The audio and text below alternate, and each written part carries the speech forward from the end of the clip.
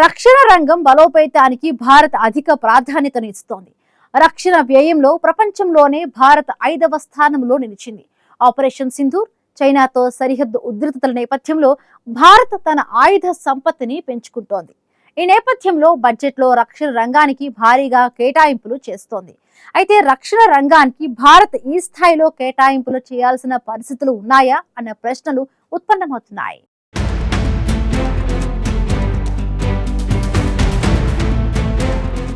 రక్షణ రంగాన్ని భారత్ నానాటికి బలోపేతం చేసుకుంటోంది.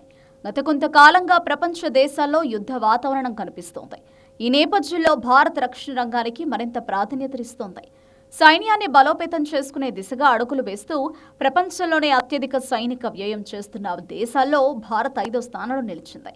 పాక్పై చేపట్టిన ఆపరేషన్ సింధూర్, చైనాతో సరిహద్దు ఉద్రిక్తతల నేపథ్యంలో భారత్ తన ఆయుధ సంపత్తిని భారీగా పెంచుకుంటోంది. Stockholm International Peace Research Institute తాజాగా విడుదల చేసిన నివేదిక ప్రకారం ప్రపంచ సైనిక వ్యయంలో కేవలం కొన్ని దేశాలే ప్రధాన వాటాను కలిగి ఉన్నాయి. వాటిలో అమెరికా $954 బిలియన్ అందరికంటే చాలా ముందు వరుసలో ఉంది. చైనా $336 బిలియన్ రెండో స్థానంలో ఉంది. తద్వారా వరుసగా 31 ఏళ్ల పాటు రక్షణ బడ్జెట్ను పెంచిన దేశంగా తన రికార్డును అలాగే పదిలంగా కొనసాగిస్తోంది. మరోవైపు ఉక్రెయిన్తో యుద్ధం చేస్తున్న రష్యా రక్షణ వ్యయం కోసం $190 బిలియన్ కేటాయించింది. ఈ విధంగా రష్యా ఈ జాబితాలో 3వ స్థానంలో నిలిచింది. జర్మనీ తన సైనిక వ్యయాన్ని 24% మేర భారీగా పెంచింది. తద్వారా దాని రక్షణ వ్యయం $114 బిలియన్ చేరి 4వ స్థానంలో నిలిచింది. 2025 సంవత్సరానికి గాను భారత్ తన సైనిక రంగంపై $92.1 బిలియన్ ఖర్చు చేసి ప్రపంచంలో 5వ స్థానంలో నిలిచింది. అంతకు ముందు ఏడాదితో పోలిస్తే ఇది 8.9% ఎక్కువ. ప్రపంచ సైనిక వ్యయంలో ఇది 3.2%. పాకిస్తాన్పై చేపట్టిన ఆపరేషన్ సింధూర్ సైనిక వ్యవస్థలను అత్యవసరంగా కొనుగోలు చేయడం వల్లే భారత్ వ్యయం అమాంతం పెరిగింది. ఇక దాయాది దేశం పాకిస్తాన్ కూడా తన సైనిక వ్యయాన్ని 11% పెంచి $11.9 బిలియన్ చేర్చింది. తద్వారా 40 దేశాల జాబితాలో పాక్ 31వ స్థానంలో నిలిచింది.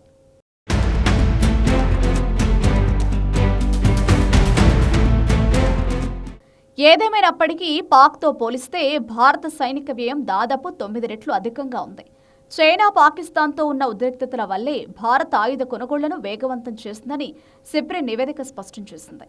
సిప్రి నివేదిక ప్రకారం గ్లోబల్ డిఫెన్స్ ట్రెండ్స్లో భారత్ కీలక పాత్ర పోషిస్తోంది. మరోవైపు ఆయుధాల దిగుమతుల్లో భారత్ ఇప్పటికీ ప్రపంచంలో 2వ అతిపెద్ద దిగుమతిదారుగా కొనసాగుతోంది. ప్రపంచ దిగుమతుల్లో ఇది 8.2% అయితే ఆయుధాల కోసం ఒకే దేశంపై ఆధారపడకుండా భారత్ వ్యూహాత్మకంగా వ్యవహరిస్తోంది. రష్యా నుంచి దిగుమతులు క్రమంగా తగ్గిస్తూ ఫ్రాన్స్, ఇజ్రాయెల్, అమెరికా దేశాల వైపు మొగ్గు చూపుతోంది. అయినప్పటికీ ఇప్పటికీ భారత్కు అతిపెద్ద ఆయుధ సరఫరాదారుగా రష్యానే ఉంది. 2026 ఫిబ్రవరి 1న ప్రవేశపెట్టిన కేంద్ర బడ్జెట్లో రక్షణ రంగానికి ఏకంగా 7.85 లక్షల కోట్లు కేటాయించారు.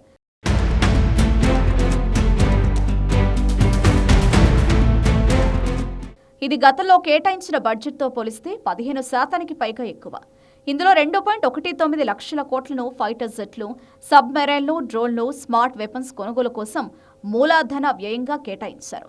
మరోవైపు ప్రపంచ సైనిక వ్యయం 2025 నాటికి $2,887 బిలియన్ చేరి రికార్డు సృష్టించింది.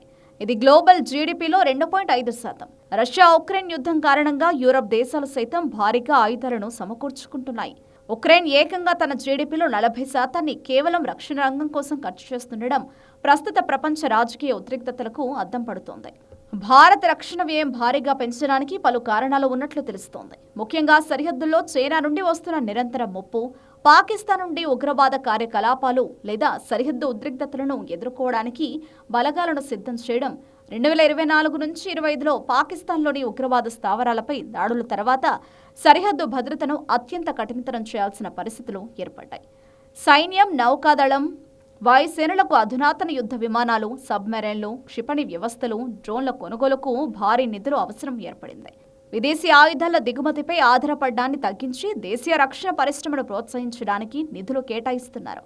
ఇందులో 75% ఆధునీకరణ బడ్జెట్ దేశీయ పరిశ్రమలకే వెళుతుంది. యుద్ధ సన్నద్ధత కోసం మందుగుండు సామాగ్రి, ఇంధనం, విడిభాగాల తక్షణ కొనుగోలుకు అధిక నిధులు అవసరమయ్యాయి. ఇందుకోసమే భారత్ రక్షణ రంగానికి భారీగా నిధులు కేటాయిస్తున్నట్లు తెలుస్తోంది.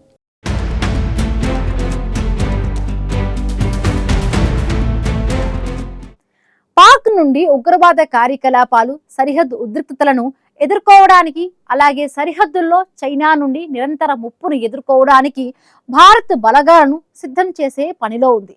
అదే సమయంలో సైన్యం, నౌకాదళం, వాయుసేనలకు అధునాతన యుద్ధ విమానాలు, సబ్మెరైన్లు, క్షిపణి వ్యవస్థలు, డ్రోన్ల కొనుగోలుకు భారీ నిధులు అవసరం ఏర్పడటంతోనే రక్షణ రంగానికి భారత్ భారీ స్థాయిలో కేటాయింపులు చేస్తోంది.